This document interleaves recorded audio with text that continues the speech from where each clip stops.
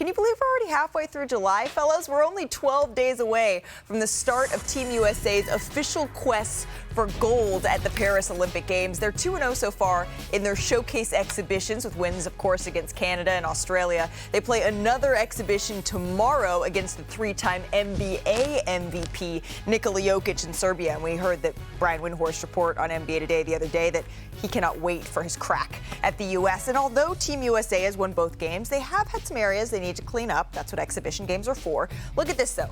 This is a little bit hard to read, but they have allowed 50 points in the paint per game so far, and they've had issues with turnovers, as you can see right there, things that could slow the progress as they tune up for Nikola Jokic in Serbia tomorrow. So, Perk, I ask you this, 2 games under their belt, but they haven't been perfect. This is what this time is for. What do you think their biggest question remaining is here? Well, my biggest question is to Steve Kerr, and I'm wondering, when is he going to put Anthony Davis in the starting lineup and take out Joel Embiid? Look, Anthony Davis has been the best player on this Olympic team, right, on both ends of the floor. We just showed the graphic of opponents averaging 50 points in the paint.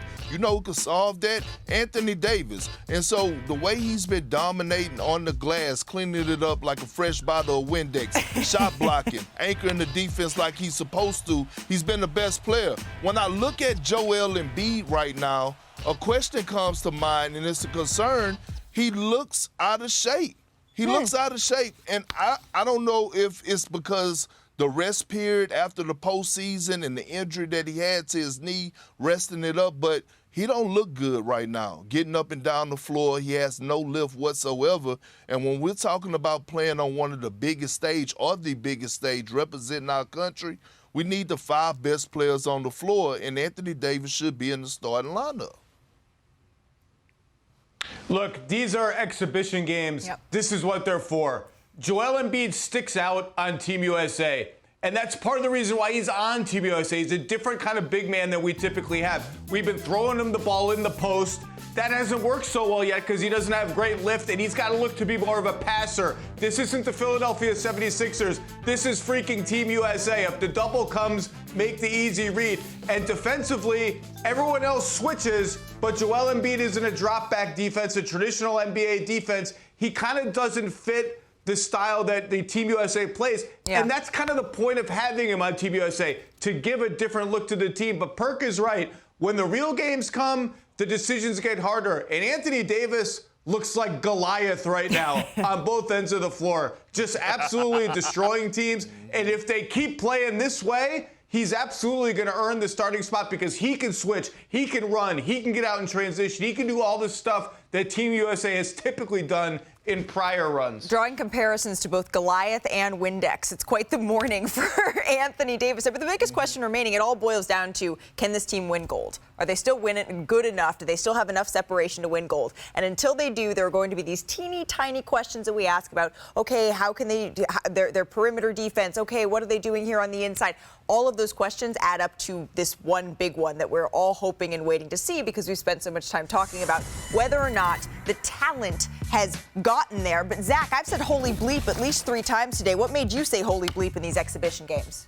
This right here, Jason Tatum's got Patty Mills on him because of the switch on the other. That's Steph Curry on the kickoff pass. Oh, my God. And Edwards, no hesitation. Here he goes. And it ends up right where it started. Jason Tatum for a dunk. That is Team USA basketball. Yeah. Switches on defense lead to mismatches on offense. Tatum versus a little guy in Patty Mills. Swing, swing, swing. And the guys you're swinging it to are not like 3-and-D NBA guys. It's Steph Curry and Anthony Edwards. And when they play with that kind of flow, Team USA is really, really hard to beat. And to Perk's point, they haven't really had that flow when Joel Embiid's been in the game. And that's okay. That's what these games are for. That's why Joel Embiid is here, to give them a different look and a different gear. But do you think, Perk, is there anyone in your mind that is the biggest threat to Team USA in their quest to win gold?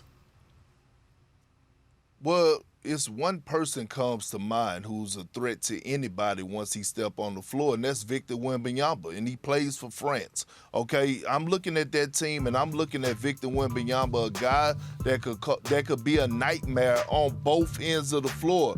And we saw what he was capable of doing with a Spurs lineup, which I thought, if me, you, Zach, Hillary and Jaron would have been out there, we would have played similar roles. But now our producers. He have better personnel around him.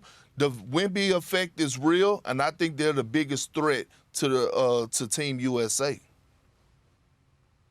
Look, it only takes one game. That's the danger of the Olympics. One game with 20 turnovers. One game where Team USA doesn't shoot well. One game where the other team shoots amazing. And when you have a player like Victor Wembanyama or a player like Nikola Jokic on Serbia or Shai Gilgeous-Alexander and Jamal Murray on Team Canada, who I think is the most well-rounded top-to-bottom team outside Team USA, those teams have the goods to beat the U.S. in one game, but it's going to take a bad game from Team USA. The talent advantage is just overwhelming player for player. The Team USA is, I keep wanting to say we. I got to get that out of me. Team USA are still the big favorites, but those teams are the three most dangerous to me. Right, it's because that's why we're starting maybe the Supreme Team moniker to go along with Dream Team, the Redeem Team, seeing kind of what fits in for this 2024 team. You mentioned all the talent that's on this roster, Zach, and you're absolutely right, but one player that will not be in Paris is Clippers star Kawhi Leonard. He, of course, was replaced by Celtics guard Derek White on the roster. Now, remember, Leonard missed 12 of the Clippers' final 14 games of the season with right knee inflammation. That's what the team was calling it. And Clippers president Lawrence Frank, he had some very interesting thoughts on Kawhi being left off that roster. Take a listen. It was USAB's call, and I was, quite frankly, very disappointed with the decision. Kawhi wanted to play. We wanted him to play. You know, I expressed to them, I really wish that they would have given Kawhi more time. You know, he looked good to me. I know all the sacrifices he made in order to make this commitment to the Olympics. So it was very disappointing. So Lawrence Frank, he's making his thoughts nice and clear. He says he wanted Kawhi out there with Team USA. But wait a second. Team USA, when they made their statement, they had said that it was the Clippers who were involved in this decision in not wanting Kawhi to go on and play in the Olympics and get ready for the next upcoming season. So what do you make of these latest comments from Lawrence Frank? Well, I'm going to tell you this. If I had to pick a side and you ask me who I trust more, I'm going to tell you I trust Team USA and Grant Hill, and I'm going to tell you I trust what they're saying more than I trust what Lawrence Frank is saying. And here's why. Kawhi Leonard, head coach, is sitting on the sideline in Ty Lue. So I'm pretty sure that Ty Lue was in those practices watching him perform. I'm pretty sure that Ty Lue was heavily invested in those conversations evolving around Kawhi Leonard. And when it comes down to Kawhi Leonard, I'm actually kind of happy for the Clippers, and Lawrence Frank should be happy that he's not playing in the Olympics, especially when they dropped the ball and losing Paul George and getting back absolutely nothing. You should want your franchise guy to get some rest, come into the start of the season healthy, and see how it goes from there. But I don't trust a damn word that comes out of Lawrence Frank's mouth. I'm sorry.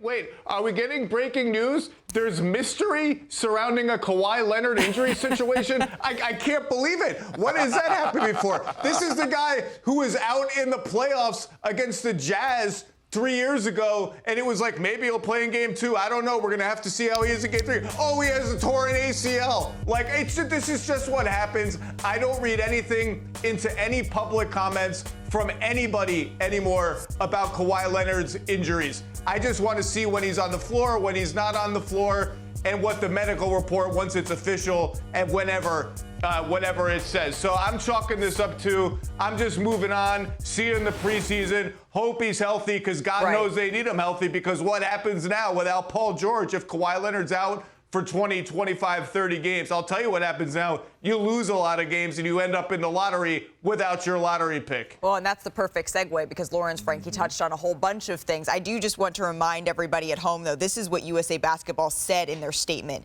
They said that, here we go, pulling it up. Yep, here we are. So they said that in conjunction with the Clippers, USA Basketball and the Clippers determined it's in his best interest, Kawhi's best interest, to spend the remainder of the summer preparing for the upcoming season. So that sounds like both sides had to come together and party a little bit there. But you mentioned Paul George. Lawrence Frank also talked about the goals of the organization, how they remain the same.